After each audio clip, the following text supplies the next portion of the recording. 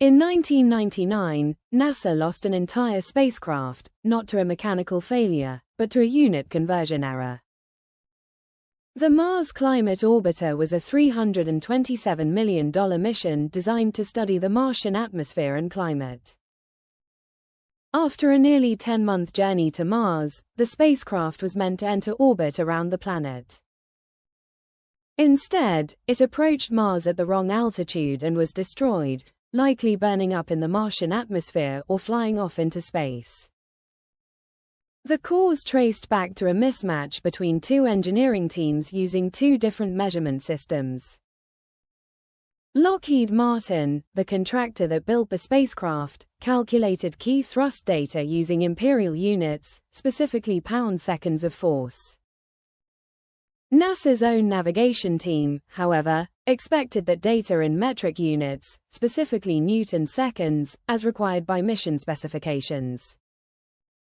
Software used to calculate the spacecraft's trajectory adjustments received the imperial unit data, but processed it as if it were metric. This meant every thrust calculation used to guide the spacecraft was off by a factor of roughly 4.45, the conversion ratio between pounds force and newtons. Over the course of the nearly year-long journey, these small errors accumulated, gradually pushing the spacecraft further and further off its intended path.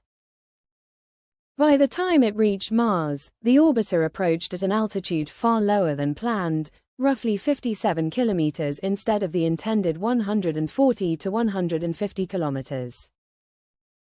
At that altitude, atmospheric forces on the spacecraft were far greater than it was designed to withstand. Communication with the spacecraft was lost as it passed behind Mars, and it was never heard from again. An investigation board later confirmed the unit mismatch as the definitive root cause of the mission's failure. What made this failure particularly striking was that it wasn't a single dramatic bug. It was a slow, silent accumulation of small errors, invisible until it was far too late to correct.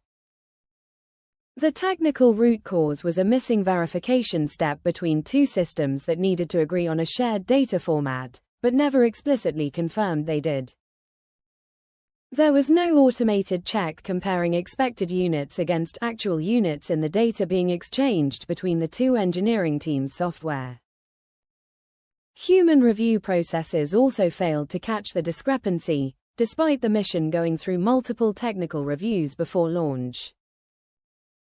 NASA's subsequent investigation led to significant changes in how the agency handles data interfaces between different contractors and teams. New processes required explicit unit specifications, automated validation checks, and clearer communication protocols across the entire spacecraft software supply chain.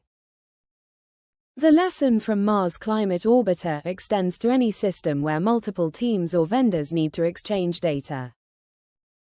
Assumptions about shared standards, like units of measurement, must be explicitly verified in code, not just assumed to be correct. Small, silent errors that accumulate over time can be more dangerous than large, obvious ones, because they're much harder to detect until the damage is done. The Mars Climate Orbiter remains one of the most famous examples in engineering history of how a simple mismatch in units can destroy a multi-$100 million mission.